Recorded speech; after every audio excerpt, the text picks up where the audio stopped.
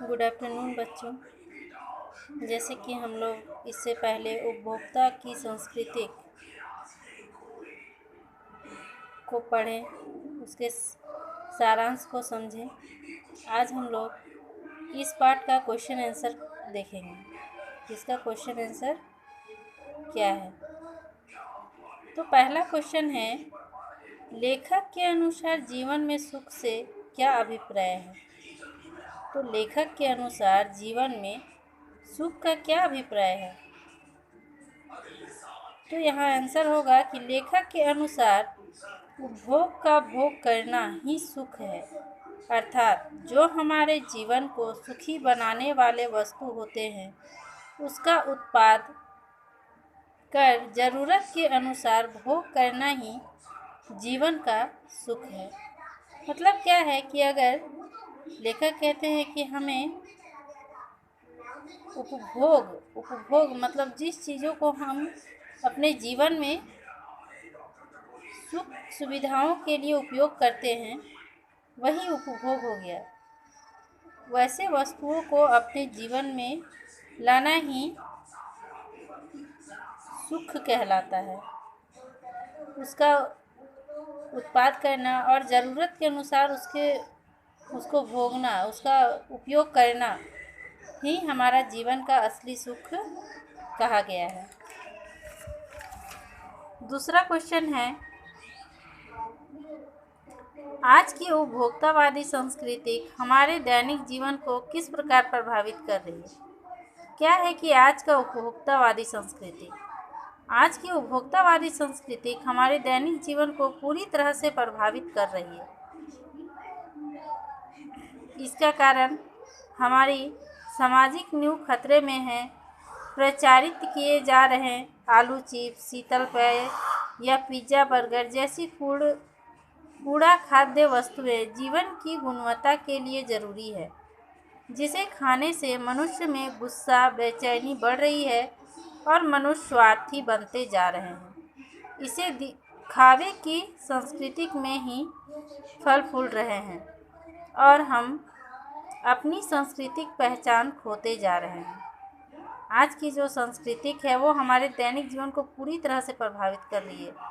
आज की जो उपभोक्तावादी संस्कृति को हमारे दैनिक जीवन, जो हमारे दैनिक यानी रोज़ का जो जीवन है वो पूरी तरह से प्रभावित कर रही है और इसी के कारण हमारी सामाजिक नींव जो है वो खतरे की ओर बढ़ता जा रहा है। जैसे प्रचारित किए गए प्रचार में जैसे हम लोग देखते हैं कि आज पिज़्ज़ा का प्रचार है, आज आलू चिप्स का प्रचार है, तो बर्गर का प्रचार है, तो हम लोग क्या हो रहे हैं कि उन्हीं सब चीज़ों के पीछे भाग रहे हैं और उन्हीं सब चीज़ों को खा रहे हैं, जिसको खाने से क्या होता है कि हमारा स्वास्थ्य जो है वो पूरी तरह से सही नहीं होता है और वो खाद्य पदार्थ को खाकर हमारे अंदर क्रोध की भावना उत्पन्न होती है। हम अब केवल अपने स्वार्थ में ही जीने लगे हैं और इसी दिखावे में ही वो हमारे लिए एक दिखावे की चीज़ बन गई है और उसी दिखावे में ही हम फल फूल रहे हैं और अपनी सांस्कृतिक पहचान को जो है वो पूरी तरह से खोते जा रहे हैं। जो हमारी पुरानी सांस्कृतिक परंपरा थी उसे हम पूरी तरह से खोते जा रहे हैं। तीसरा क्वेश्चन है कि गांधी जी ने उपभोक्तावादी संस्कृति को हमारे लिए चुनौती क्यों कहा है? तो गांधी जी जो है वो सामाजिक मर्यादा और नैतिक के पक्षधार थे। गांधी जी जो थे वो सामाजिक मर्यादा और नैतिकता के पक्षधार थे। उन्होंने कहा है कि उपभोक्तावादी संस्कृति जो है वो हमारी सामाजिक नींव को अस्थिर कर रही है। वो पूरी तरह से स्थिर नहीं बल्कि अस्थिर कर रही है। जो हमारा सामाजिक नींव है उसे कमज़ोर कर रही है और यह प्रवृत्ति हम संस्कृति के लिए खतरा बन रहा है। ये जो प्रवृत्ति है वो हमारी संस्कृति के लिए पूरी तरह से खतरा बन रही है।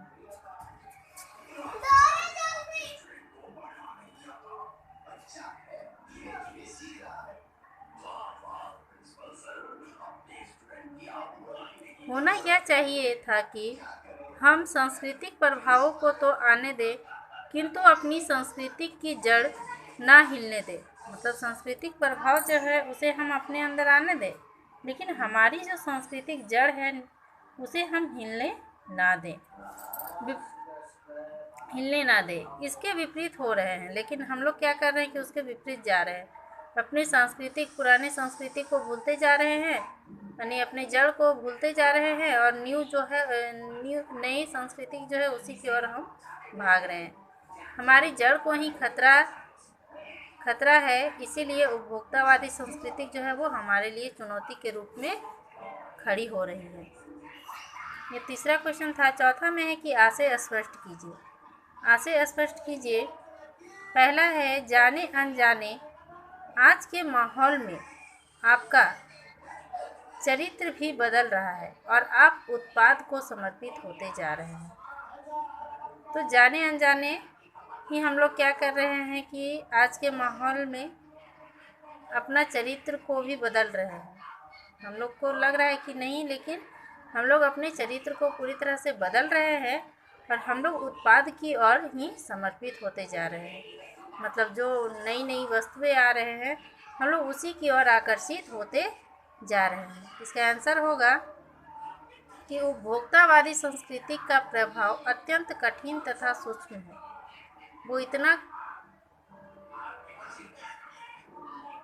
छोटा है, इतना कठिन है और बहुत ही छोटा है। वो किस तरह से हमारे अंदर प्रभावित कर रहा है, हमारे अंदर प्रभाव डाल रहा है, ये हम लोगों को पता भी नहीं चल रहा है। इसके प्रभाव में आकर हमारा चरित्र जो है वो पूरा तरह से बदल जा रहा है। हमारा जो चरित्र है वो पूरा तरह से बदल जा रहा है।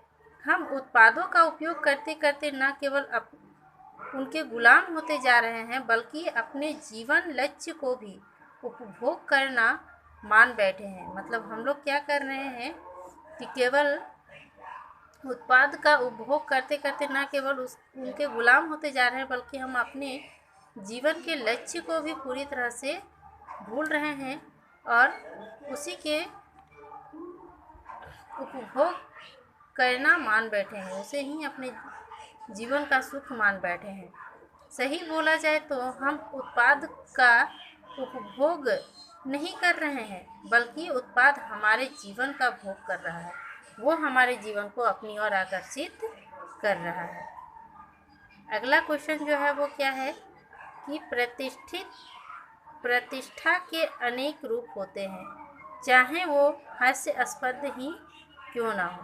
प्रतिष्ठा के जो है वो अनेक रूप है, चाहे वो हंसी का पात्र ही क्यों ना बन जाए, फिर भी वो उसी की ओर भागता है। ऐसा क्यों? तो सामाजिक प्रतिष्ठा विभिन्न प्रकार की होती है, जिनके कई रूप होते हैं। बिल्कुल विचित्र है। हास्यास्पद का अर्थ है हंसने योग्य। मतलब सामाजिक प्रतिष्ठा का जो है वो विभिन्न रूप होता है। कोई अच्छे से अपने सामाजिक में प्रतिष्ठित स्थापित करता है, सम्मान स्थापित करता है। कोई बुरे व्यक्ति बनकर कोई हंसी का पात्र बन जाता है अपने सम्मान को स्थापित करते करते। तो उसी प्रकार है हास्यास्पद। हास्यास्पद का अर्थ होता है हंसने योग्य। मतलब कुछ ऐसी बात कही जाए जिसे कि हंसी आ जाए। अपनी सामाजिक प्रतिष्ठा को बढ़ाने के लिए ऐसे कार्य और व्यवस्था करते हैं कि अनायास ही उस पर हंसी फूट पड़ती है। मतलब हम अपने सामाजिक प्रतिष्ठा को बढ़ाने के लिए, अपने सम्मान को बढ़ाने के लिए अपने समाज में कुछ ऐसे कार्य कर देते हैं जिससे कि अनायास ही अनजाने में ही हंसी आ जाती है लोगों को। जैसे एक एग्जाम्पल है कि जैसे अमेरिका में अपने अंतिम संस्कार और अंतिम